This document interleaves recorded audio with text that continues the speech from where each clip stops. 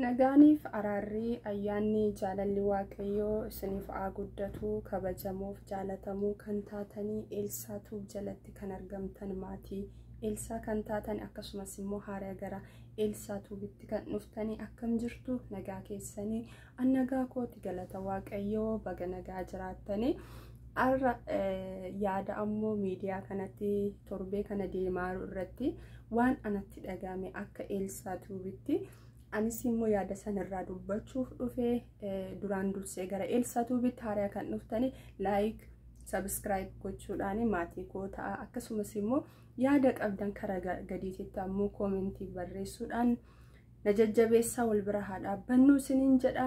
Egaa maali torbee kana kan ta'e waan baay'eetu ta'e torbee kana waan baay'eetu ta'e egaa waan ta'e keessaa egaa miidiyaa kanarratti wanta deemaatiin jiru torbee kana akkuma ammoo beektan hundi keessanuu waa'ee ammoo ilma haadha gammachiisee yookiin ammoo dhugaa haadha gatii haadha eloo haadha gadi ba'ee dubbate dhugaa jirtu. Egaa kun jechuun gola hunduma keenyaa kan jiru yookiin ammoo irri baay'een keenya haala akkanaatiin ammoo kan ammoo barachaatiin dhufne ta'a. Egaa namoonni akkuma ammoo bifa isaanii garagaraa iddoo dhalootaa garagaraa amala garagaraa qabnu haadha garagaraarraa yookiin ammoo abbaa garagaraarraa akkuma dhalannu akkuma sana ammoo jireenyi keenyallee tokko jiddu galeessaa tokko ammoo homaa hin jedhu. Egaa jireenya Itoophiyaan beektanii wal keessa wanti hundinuu wanta wal fakkaata irra guddaa wal fakkaata. Egaa mucaan kun waan ammoo keessa dabarsee dhoksuun barbaanneyyuu maaliif dhugaa jirtu waan ammoo haadha isaa gammachiisu yookiin ammoo dhugaa jirtu ammoo dubbateetiin jaalala haadhaaf qabu kabajaa haadhaaf qabu akkasitti mul'ifateetiin jira. Iddoo kanatti an ammoo waan tokko yaade miidiyaan waan baay'ee dubbataara miidiyaan gurguddaan fuudhee dubbataatiin jira. Egaa akkuma arginu egaa asirratti ammoo waan tokko yaade ana keessa waan tokkotu dhufe. Namaafuu namni akkas galata galcha haadha ammoo deekteefi waan ishiin taatee fi yaadeetiin ilmi ishee akkas godhe waaqa nu uume waaqa ammoo dhalata keenyarra yookiin ammoo otoo aniin uumamin otoo aniin kalaqamin otoo an ufin beekin otoo haati kootu nan beekin otoo abbaan kootu nan beekin dursee baraan dura na beekisan hagam keenyatu galateeffateera hagam keenyatu isa eebbiseera dhugama fayyaa argachuu keenya nagaa argachuu keenya baanee galuu keenya hojjechuu keenya waan waaqayyo nuuf ta'e waan dubbanneen xumurre argitanii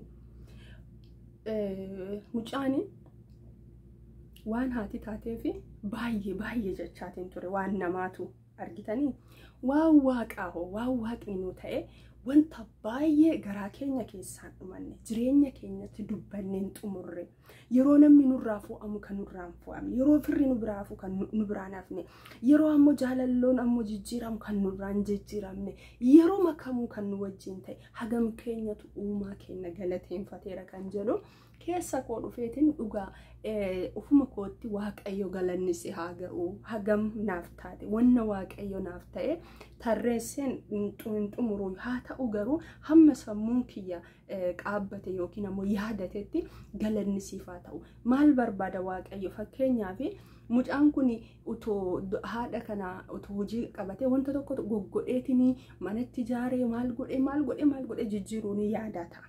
Kun ammoo yaada isaati. Egaa akkuma dubbachaatiin ture asumaan egaa yaada adda kuteetiin iyyansi isaa waan tokko fide maatiif haragalfa fide yookiin ammoo wanta tokko argataniira. Innis maali mana itti boqatanii mana kiraa mana namaarra zooruu irraa yaada isaa yookiin ammoo utuun saalfanne gadi ba'ee waan dubbateef dhugaa jiru waan dubbateef mootummaanis kan argee bulchiinsi magaalaa Finfinnee aadde Adaanach Abeebee jechuudha baay'ee dhugaa baay'ee hojii gaarii fi hojii dansaa ta'e hojjettee obboleettiin teenna waaqayyo ishee haa eebbisu kanuma caalaa jechuun barbaada.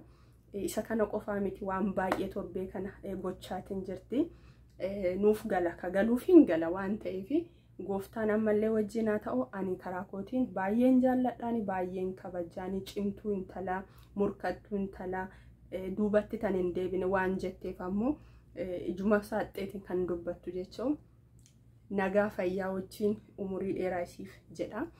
asumaan yaada koo dabarfachuun barbaada. Egaa san dhaga'aniitini daddafaniitini kun dinqiidha, kun ammoo waan hundi keenna keessa dabarsine jedhanii mana egaa mana akkas kennaniif sanitti baay'ee gammadee obboleessa keenya baga baaftee baga dhugaa haadha keetii baafteetini atis boqattee amma waa'ee manaa yaadu akkuma inni jedhe waa'ee biraa yaada jechuu argitanii.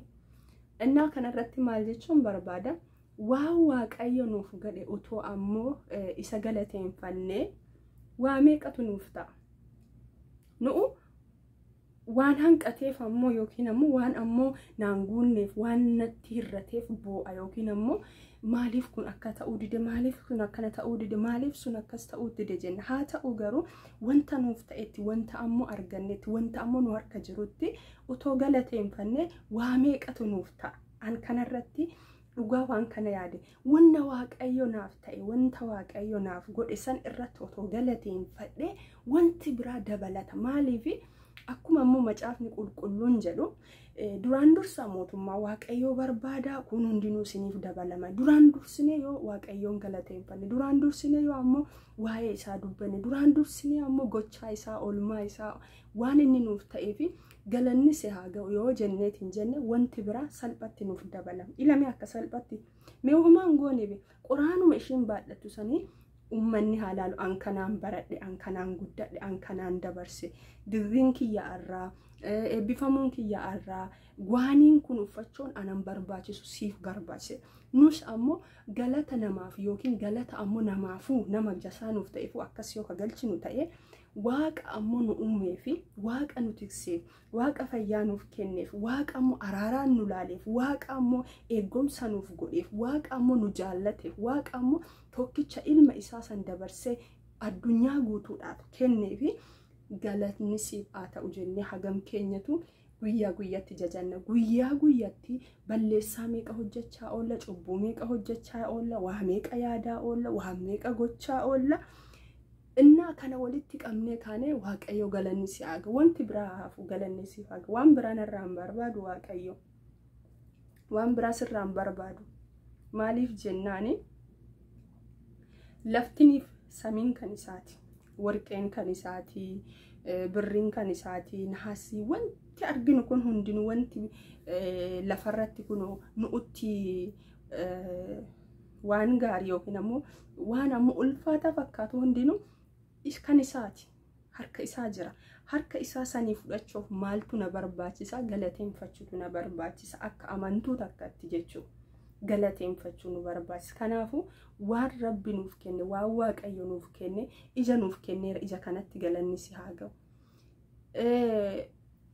Qaama guutuu na godheera, galanni siif haa ta'u. Maafi warra qaaman guutuu hin taane laalaatiin, maaliif warra miila hin qabne laalaatiin, warra ammoo karaa adda addaatiin ammoo guutuu hin taane laalaatiin waan naa kennite wanti narra jiru wuddiidha. Ijji kun wuddiidha, ilkaan kun wuddiidha. Ilkaan tokko dubaafte meeqaan? Ilkaan tokko yoo baafte buqqisuun isaa gatiidha, itti deebisuun isaa gatiidha. Argite? Ilkaan ammoo 32 kana otoo ammoo herrega goone meeqa, miliyoona meeqa, kuma meeqa of keessaa qabda kana beektaa?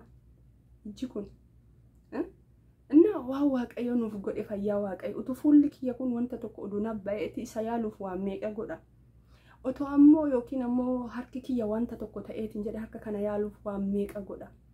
Innaa waan waaqayyo nuuf godhe waan nu bira jiru, waan na bira jiru, waan si bira jiru, si bira waan baay'eetu jira obboleettii ko. Beektee si harka waan baay'eetu jira, si bira waan baay'eetu jira, na bira waan baay'eetu jira.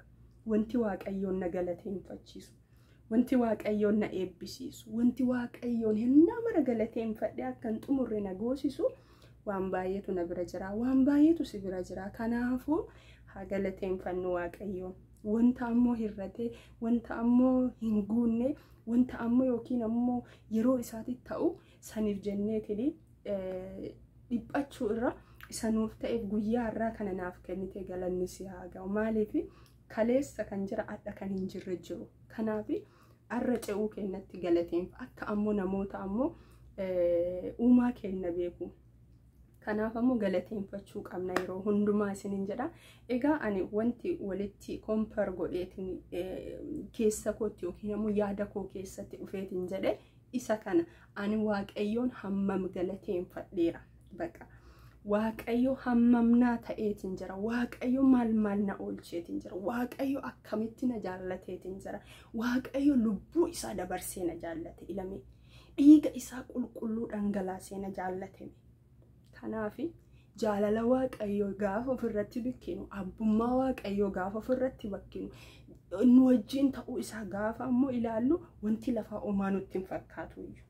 Seexanni utuu hinduuta jedhu, utuu hin darbitu jedhu, utuu hadhaan hin baatu jedhu waaqayyo karaa hundumaan nu keessaa yaadaan nu baase. Kanaafuu maal jechuu qabna? Yaada seexanaa ammoo cabsee fayyaa nu godhee nagaa nu godhee kan nu ammoo cabsisan maal gochuu qabna? Maaliin isa kaasna? Kaasaan keenya maali? Galata duwwaadha. Kanaafuu galanni si haa ga'u.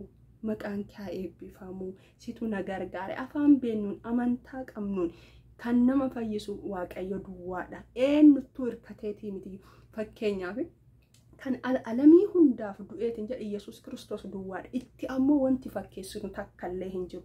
Itti ammoo yookiin ammoo isa gargaaree kan nu fayyisuu danda'u hin jiru. Fayyisaan ilma namaa Yesuus Kiristoos duwwaadha baqa. Isa duwwaa galateeffachuu qabna. Kanaaf ammoo waan biraa fakkeenyaaf eebalu asiin na gargaara, isa gargaaree asiin kadhaabate bitaarra mirgarra dhaabbateetiin kan ammas gargaaru hin jiru. Bara baraan kan nu gargaare, bara baraan kan nu jaallate, bara baraan gaarummaa kan nu agarsiise isadha. Isaaf kanaafuu haadha ofiitiif akkas galata galcheemi ilmi nus ammoo ilmaan isaa kan nu godhe. Ila badee keessaa nu fuudhee, dukkana keessaa nu fuudhee, limixii keessaa nu fuudhee ilmaan isaa kan nu godhe gooftaa keenyaaf galanni siif haa ta'u jennee amantaa qabdaniin waaqa keessan galateeffachuu qabdan jedheetiin kana yaanni koo. Egaa waan hagammaa na dhageeffataniif baay'ee galatooma. Waaqayyo ammoo guyyaa qaba, guyyaatti nama yaadu, akkamitti akka nama yaadatu, akkamitti akka nama ammoo namaaf dhufu hin beeknu argitanii. Diingata dhufee mucaan kun amma diingata kana godhe maatii kanaaf diingata kun ta'e. Diingata gaafa waaqayyoon galateeffatte diingata wanti wayisii ta'a. Eebbifamaa. Like, share, subscribe yaada keessan jalatti naaf barreessuudhaan wal bira haa dhaabbannu, walaa jajjabeessinu isiniin jedha. Viidiyoo biraatiin amma walitti deebinuu fi nagaatti.